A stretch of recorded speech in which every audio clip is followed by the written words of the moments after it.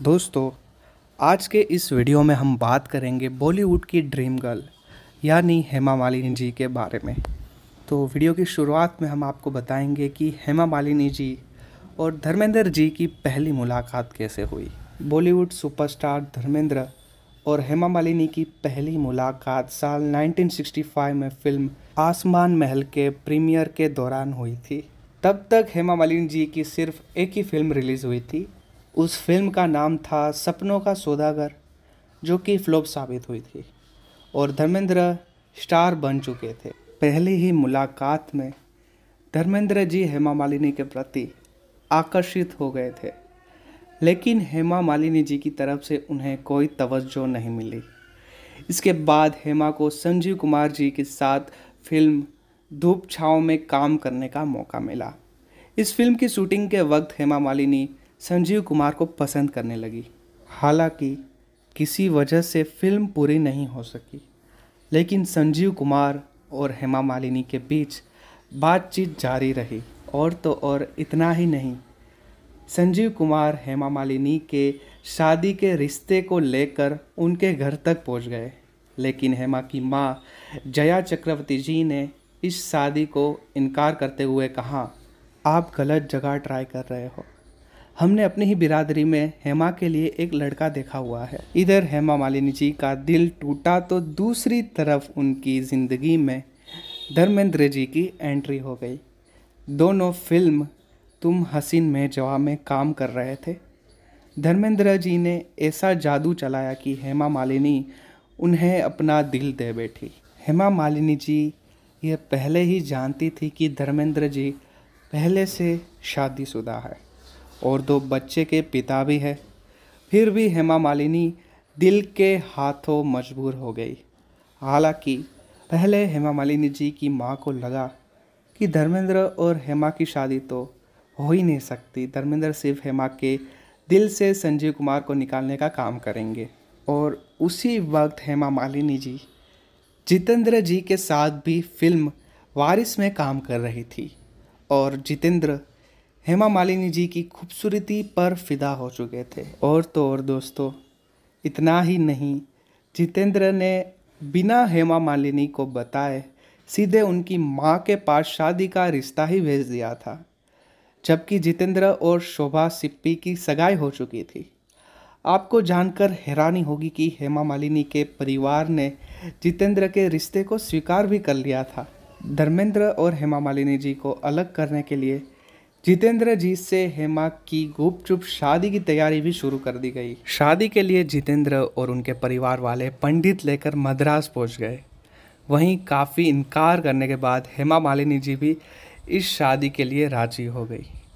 जब धर्मेंद्र को इस बारे में पता चला तो उनके होश उड़ गए और उन्होंने बिना देर किए इस बारे में शोभा सिप्पी को बता दिया और खुद मद्रास जा पहुँचे।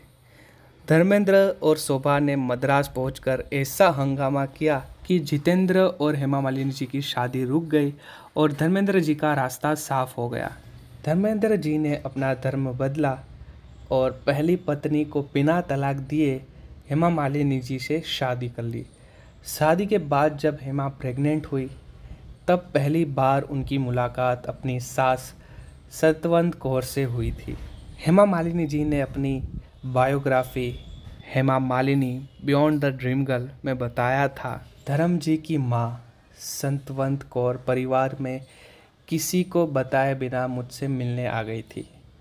मुझे याद है तब मैं जुहू के एक डबिंग स्टूडियो में डबिंग कर रही थी और वहीं मुझसे मिलने पहुंची थी। जब मैं पहली बार उनसे मिली तब मैंने उनके पैर छुए और उन्होंने मुझे गले लगाया। उन्होंने कहा, बेटा खुश रहो हमेशा। मुझे बहुत खुशी हुई कि वो मुझसे खुश थी। तो ये थी हेमा मालिनी जी की धर्मेंद्र जी से मुलाकात के दौरान की बातें। आइए जानते हैं हेमा मालिनी जी के बारे में कुछ और बेहतरीन किस्से। दरअसल बात है पहले की। हेमा मालिनी फिल्मों में कभी आना ही नहीं चाहती थी। 9 बरस की उम्र में उन्होंने दिल्ली में एक कार्यक्रम में भरतनाट्यम की प्रस्तुति दी। इस कार्यक्रम में अतिथि के रूप में प्रधानमंत्री पंडित जवाहरलाल नेहरू और राष्ट्रपिता डॉक्टर राजेंद्र प्रसाद मौजूद थे। उन दोनों ने हेमा मालिनी जी की खूब तारीफ़ की। मतलब सोचे दोस्तों, कितनी बड़ी बात है कि भारत के प्रधानमंत्री और राष्ट्रपति ने हेमा मालिनी जी की तारीफ़ की। हेमा मालिनी जी को तो भारतनाट्यम का जुनून था, वहीं अपने कार्यक्रमों के जरिए शोहरत हासिल कर रही थी। जब वो 16 साल की हुई तब एक तमिल प्रोड्यूसर ने अपनी फिल्म में अभिनय करने का प्रस्ताव दिया। क्योंकि हेमा मालिनी चक्रवर्ती परिवार से थी और परिवार फिल्मों में जाने या काम करने से खुश नहीं हुआ। फिल्म की शूटिंग हुई और उनकी मां हमेशा साथ रही, लेकिन 3 दिन के बाद उस तमिल प्रोड्यूसर ने हेमा को फिल्म से बाहर कर दिया। उस फिल्म की नायिका थी जयललिता, जो बाद में तमिलनाडु की मुख्यमंत्री बनी। तमिल फिल्म से निकाले जाने से हेमा मालिनी जी का दिल टूट गया, लेकिन उन्होंने फैसला किया कि वो अब फिल्मी अदाकारा बनकर ही खुद को साबित करेगी। और फिर से दोस्तों बताता चलूँ, तब उनकी उम्र जो है 16 साल की थी।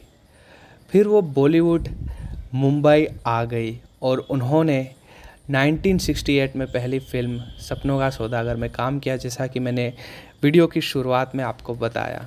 हेमा मालिनी जी के हीरो राज कपूर थे, जो उम्र के मामले में हेमा मालिनी जी से बहुत बड़े थे।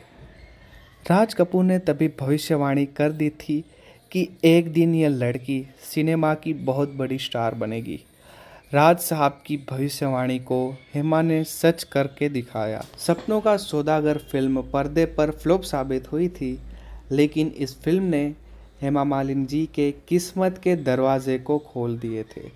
जो भी हेमा मालिनी जी को देखता सोचता उसके बुरे दिन यही लड़की दूर कर सकती है। देव आनंद ने जब हेमा मालिनी को देखा तो उन्होंने 1970 में जोनी मेरा नाम फिल्म के लिए साइन किया। इसी फिल्म की सफलता ने हेमा को शीर्ष पर पहुंचा दिया। अब आइए दोस्तों बात करते हैं हेमा मालिनी जी के पॉलिटिकल करियर के बारे में। हेमा ने 2003 में भारतीय जनता पार्टी की ओर से राज्यसभा सांसद बनकर अपने राजनीतिक करियर की शुरुआत की थी। वहीं वर्तमान में उत्तर प्रदेश के मथुरा से लोकसभा सांसद है। और आइए दोस्तों अभी बात करते हैं पुरस्कारों के बारे में। हेमा मालिनी अपनी फिल्मी करियर में अब तक कई पुरस्कारों से नवाजी जा चुकी है। हेमा मालिनी को सन 2000 में भारत सरकार द्वारा पद्मश्री से सम्मानित किया जा चुका है। इसके अलावा हेमा मालिनी फिल्म फेयर के लाइफ टाइम अचीवमेंट अवार्ड से भी नवाजी जा चुकी है। और अभी हेमा मालिनी जी की उम्र 76 साल है और उनकी 2 बेटियां हैं। तो बस दोस्तों आज के वीडियो में हमारी बातें यहीं तक। आई होप कि आपको ये वीडियो जो है पसंद आया होगा। तो मिलते हैं ऐसे ही किसी नए वीडियो में। अगर चैनल पर नए हैं तो चैनल को सब्सक्राइब ज़रूर से कर लें।